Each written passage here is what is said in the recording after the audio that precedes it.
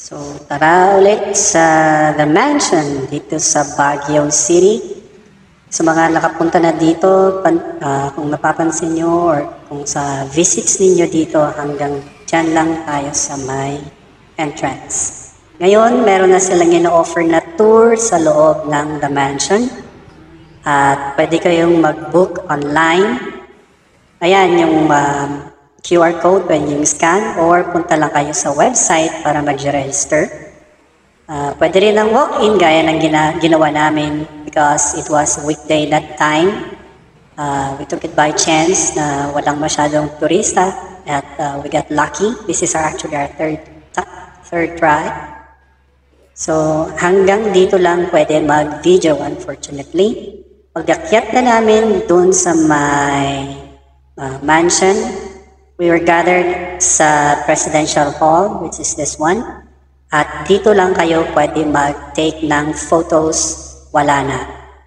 And then, sa hallway, hindi rin pwede. The Presidential Hall is almost bare.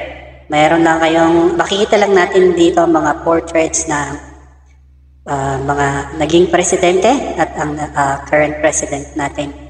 There were also some displays there sa mga gifts na binigay nila sa mga presidents. Also, yung mga sofas and couches there are old, almost antique. Yung iba hindi na pwedeng upuan kasi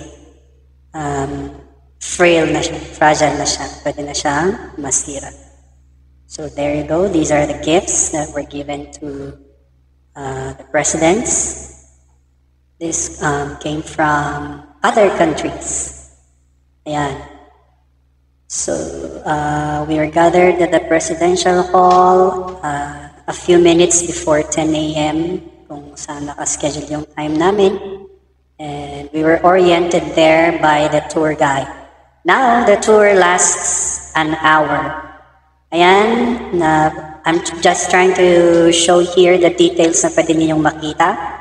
Gaya ng seal natin na yan sa mga chairs.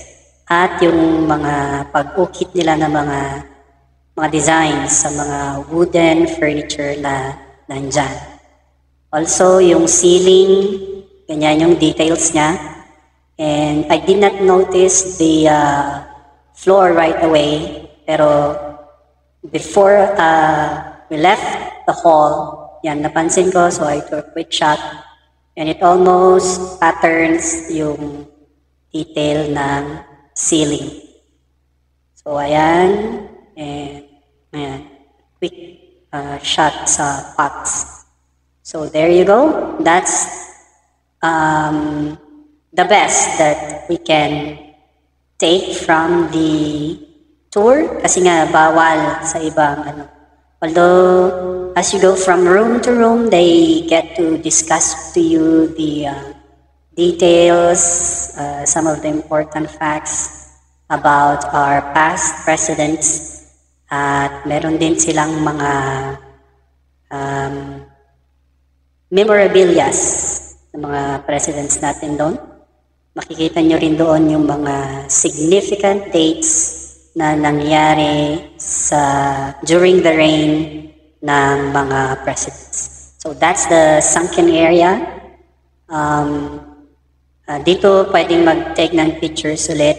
And hindi na ito yung original na structure ng The Mansion. This was rebuilt in 1947 after it was destroyed during the war. Pero hindi dyan nakatira ang mga presidents kung nagbabakasyon sila.